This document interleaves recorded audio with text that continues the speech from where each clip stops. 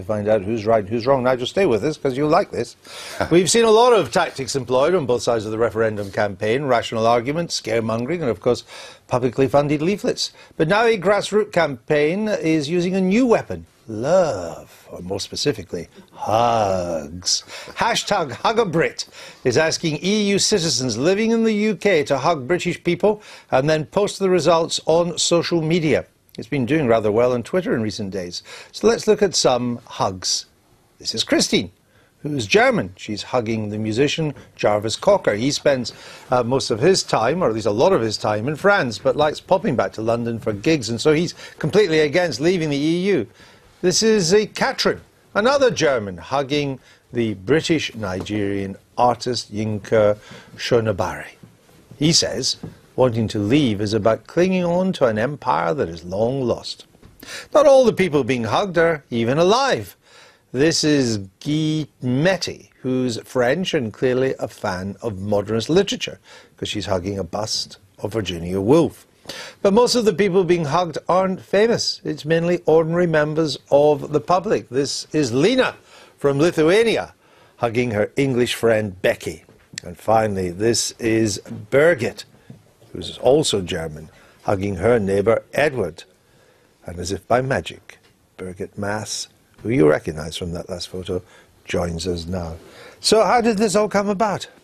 Well, we, together with some friends, we wanted to do something that's positive. We don't want to do something that's patronising or telling the British people what to do. We just want to say, we are Europe, you are Europeans too, we love you, don't go, don't leave us. And how many pictures of huggers have you gathered so far? It has really spread. I mean, it's a bit uncontrollable at the moment. We have gathered more than 100 for sure, but our website basically exploded and couldn't take on any more pictures. It's all homemade. We are a grassroots organisation. We don't have a budget. We're not aligned to any campaign. It's just really us around the kitchen table, and we've built our own website. That wasn't easy. So it has really spread, and people are sharing on Twitter, on Instagram, so it's really hard to say how many we have, but for sure hundreds. Do you think that most other citizens in the rest of the European Union want Britain to stay?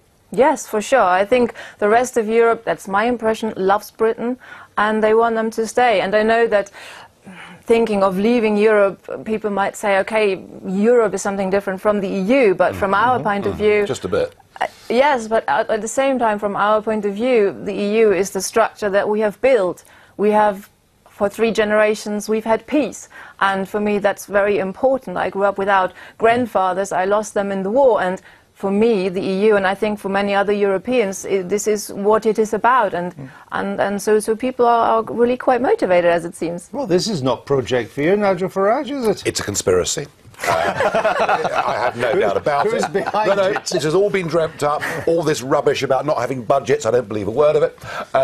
I say this because on Tuesday of this week, Mr. Juncker tried to hug me. And I said, I'm sorry, old boy, but I'm a bit old-fashioned about that sort of thing. And now I hear this campaign. So clearly, it's a Commission-led initiative. When...